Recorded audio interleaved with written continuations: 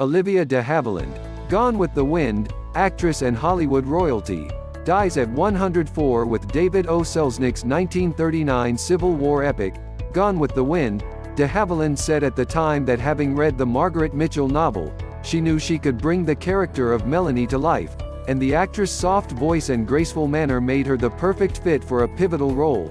Melanie's indelible goodness saved Scarlett O'Hara, Vivien Leigh, from social ruin more than once and even touched Scarlett's hard heart. Though far less showy than Scarlett, de Havilland's iconic role is deeply etched in audiences' hearts. Olivia de Havilland holds up her 2 trophies after winning a second Best Actress Oscar in 1950 for her performance in The Heiress.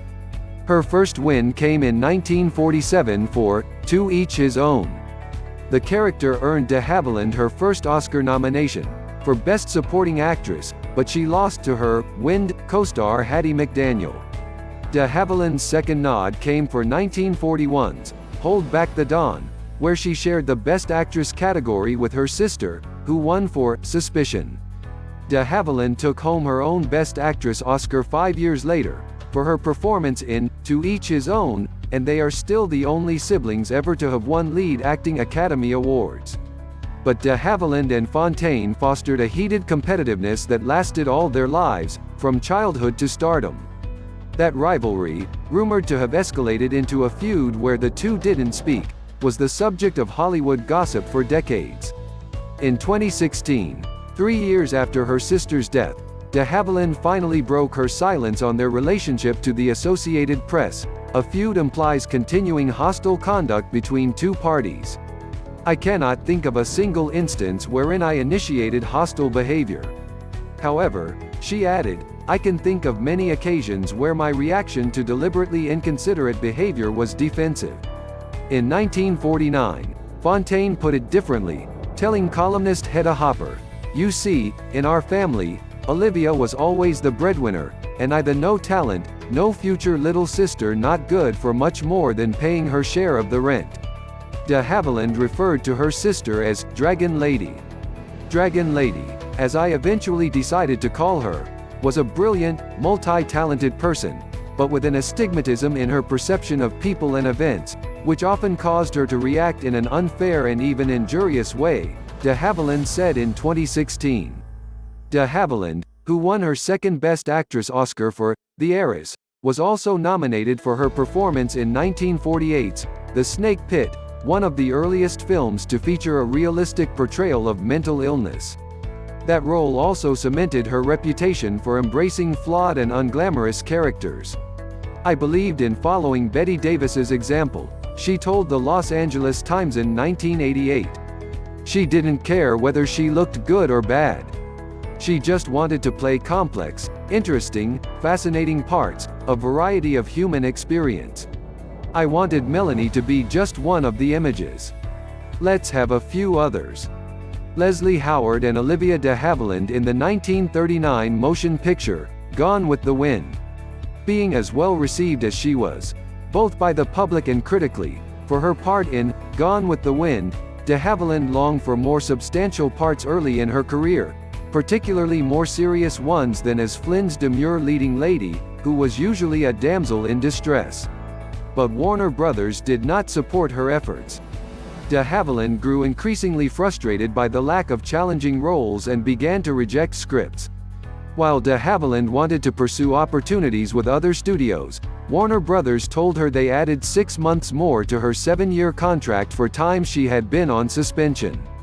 Legally, studios could suspend contract players for rejecting a role, then add that time to the contract period.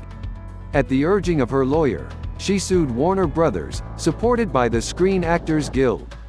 The case went to the Supreme Court of California and the court ruled in her favor in 1945.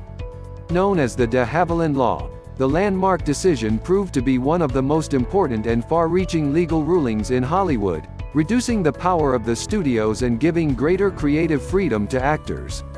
Performers of that era and later benefited from her legal case, and the law won de Havilland much respect among her peers and colleagues.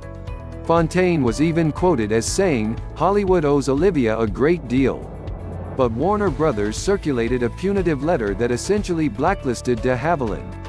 She did not work for a film studio for 2 years until Paramount signed her in 1946. As soon as my victory was legally confirmed and I was free to choose the films that I made, Paramount presented me with the script of To Each His Own, playing an unwed teenage mother. This was exactly the kind of challenge for which I fought that case, she told the AP with pride in 2016. In addition to championing actors' rights, de Havilland was known for her liberal political stance.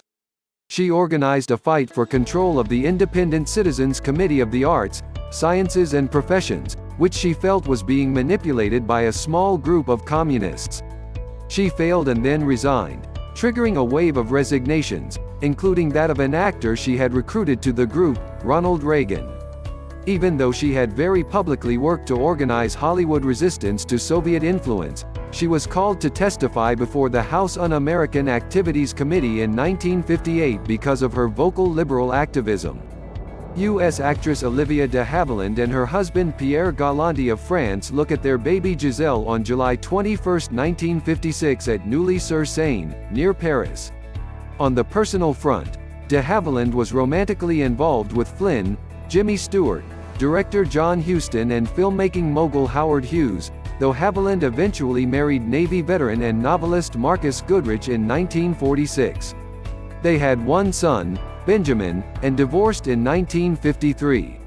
She wed French journalist Pierre Galante in 1955, moved to Paris, and had a daughter, Giselle. De Havilland's adjustment to Parisian life was recounted in her 1962 memoir, Every Frenchman Has One. The couple divorced in 1979. De Havilland only appeared occasionally in films in the 1950s and turned down the role of Blanche Dubois, which won Lee her second Best Actress Oscar, in 1951's A Streetcar Named Desire. While some thought it had to do with the suggestive themes of the story, she said in 2006 that she declined the part because she had recently given birth to her son. Her few film roles in the 60s included Lady in a Cage, 1964, and Hush Hush Sweet Charlotte, 1964. In 1965, she was the first woman to preside on a jury for the Cannes Film Festival. De Havilland continued acting in films until the late 1970s and on television through the 1980s. She won a Golden Globe in 1987 and also earned an Emmy nomination for Anastasia, The Mystery of Anna. And in 2009, she lent her distinctive voice to the narration of a documentary on Alzheimer's disease entitled, I Remember Better When I Paint. In her later years, she maintained perspective on her impressive longevity. All the artists I had known during the golden era live elsewhere, she said in 2016, including the afterworld.